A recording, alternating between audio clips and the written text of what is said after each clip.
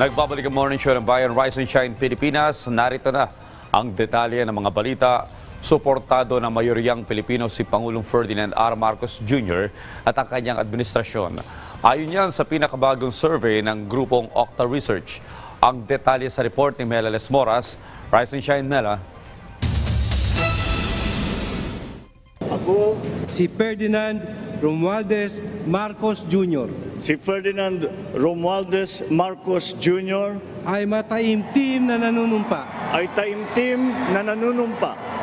Mula nang siya'y manumpa sa pwesto hanggang sa kanyang pagganap sa tungkulin, ipinamalas ni Pangulong Ferdinand R. Marcos Jr. ang kanyang dedikasyon at malasakit para sa mga Pilipino. Kaya naman, hindi na nakapagtataka ng ating mga kababayan tulad ng tricycle driver na si Angel. Suportado ang kanyang administrasyon. Hiling lang ni Angel sana ipagpatuloy ng gobyerno ang pagtugon sa pangailangan ng mga tulad niyang kapos sa buhay.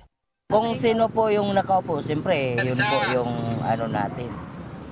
Siyempre sa habang tumatagal, doon rin natin makikita kung ano ba talaga yung magandang serbisyo na binibigay na sa pamahalaan, sa mga mamamayang Pilipino.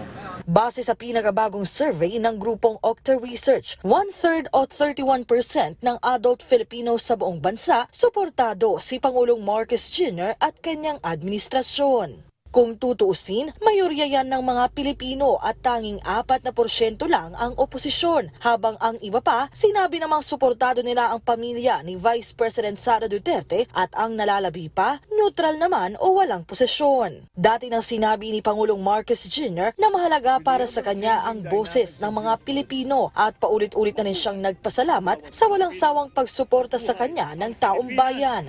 Sa Kongreso, buo rin ang suporta ng dalawang kapulungan sa administrasyon. Ayon kay House Senior Deputy Speaker Dong Gonzales, ikinalulugod nila ang resulta ng bagong survey at patunay ani itong nararamdaman ng publiko ang mga programa at serbisyo ng gobyerno. Paniwala ni Gonzales, tiyak na magsisilbi itong inspirasyon sa administrasyon maging sa Kamara para pagbutihan pa ang paglilingkod sa ngalan ng kapakanan ng ating mga kababayan. Higit 4 na taon pa ang nalalabi sa termino ng administrasyon at mismong si Pangulong Marcos ang nagbigay katiyakan sa publiko na gagamitin nila ang panahong ito para ibayo pang makapaglingkod sa mga Pilipino. Mela Lesmoras para sa Pambansang TV sa Bagong Pilipinas.